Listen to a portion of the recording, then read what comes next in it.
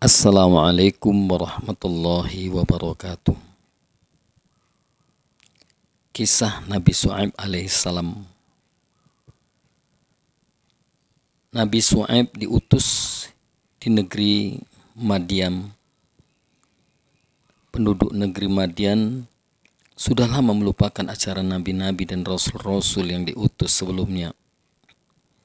Mereka tidak percaya adanya Allah. Mereka menyembah hutan dan menyembah alkah, yaitu sebidang padang pasir yang ditumbuhi pohon-pohonan dan tanam-tanaman. Pada masa itu penduduk Madian sudah sangat sesat. Kemungkarannya sudah sangat keterlaluan. Kemaksiatan sudah menjadi hal yang biasa mereka lakukan. Dan kebiasaan buruk mereka yang sangat jahat adalah mengurangi takaran atau timbangan dalam berdagang. Sadati wa sayyidatil a'izza wa ikhwanil kiram. Inilah kiranya yang harus dihindari para pedagang zaman ini. Nabi Syuaib mengajak kaumnya menyembah Allah, menjauhi kezaliman, kemungkaran, dan segala macam bentuk kemaksiatan. Ia juga mengajak mereka berlaku jujur, menimbang dengan benar tanpa dikurangi seperti kebiasaan yang mereka lakukan. Nabi Syuaib juga memperingatkan agar tidak menghalang-halangi para pengikutnya yang beriman untuk beribadah kepada Allah. Sebab kaum Madian punya kebiasaan jelek. Mereka suka menghalang-halangi para pengikut Nabi yang beriman, bahkan banyak dari mereka yang dipaksa dengan kekerasan untuk meninggalkan ajaran Nabi Syuaib. Sadati wa sayyidatil a'izza wa ikhwanil kiram. Walau demikian Nabi Syuaib tetap bersabar dan terus melaksanakan dakwahnya. Kegigihan Nabi Syuaib ini agaknya membuat orang-orang kafir gatal dan sangat jengkel.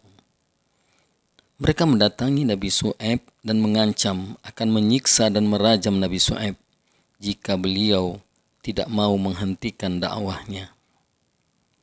Sadati wa sayyidatil a'izza wa ikhwanil kiram. Nabi Syuaib dan pengikutnya kemudian pindah ke negeri lain karena penduduk Madian sudah tidak dapat diharap lagi keimanannya. Mereka malah mengejek dan menghina ajaran Nabi Syuaib dengan penuh kepongahan. Hanya beberapa saat setelah Nabi Syuaib dan pengikutnya pindah, tiba-tiba penduduk Madian dikejutkan oleh adanya gempa maha dahsyat sehingga mereka mati bergelimpangan. Nabi Syuaib dan pengikutnya pindah ke negeri Alikah sesuai dengan petunjuk Allah yang memang menugaskannya untuk berdakwah di sana. Sadati wa sayyidatil a'izza wa ikhwanil kiram.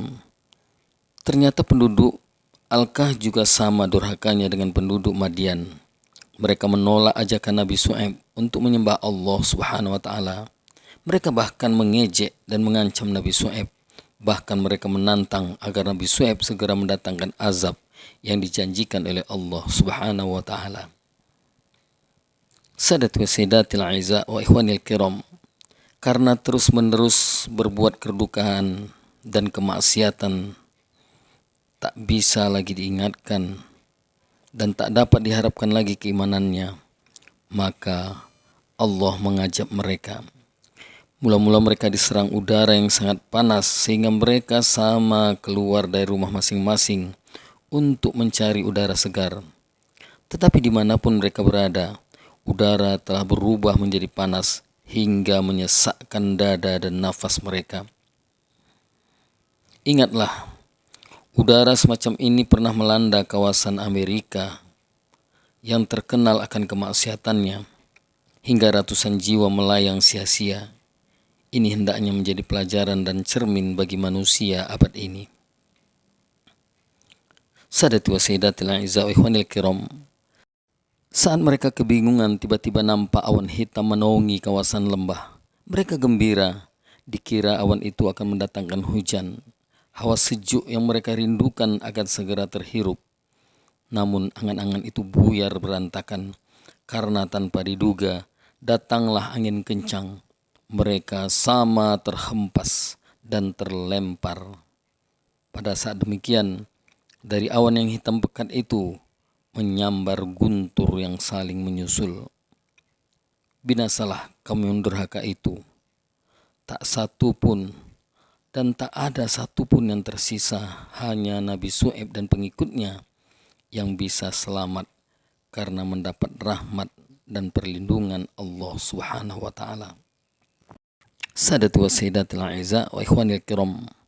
Demikian sekilas kisah tentang Nabi Syuaib alaihissalam. Lebih dan kurang saya mohon maaf. Kepada Allah saya mohon ampun. Wabillahi taufiq wal hidayah. Assalamualaikum warahmatullahi wabarakatuh.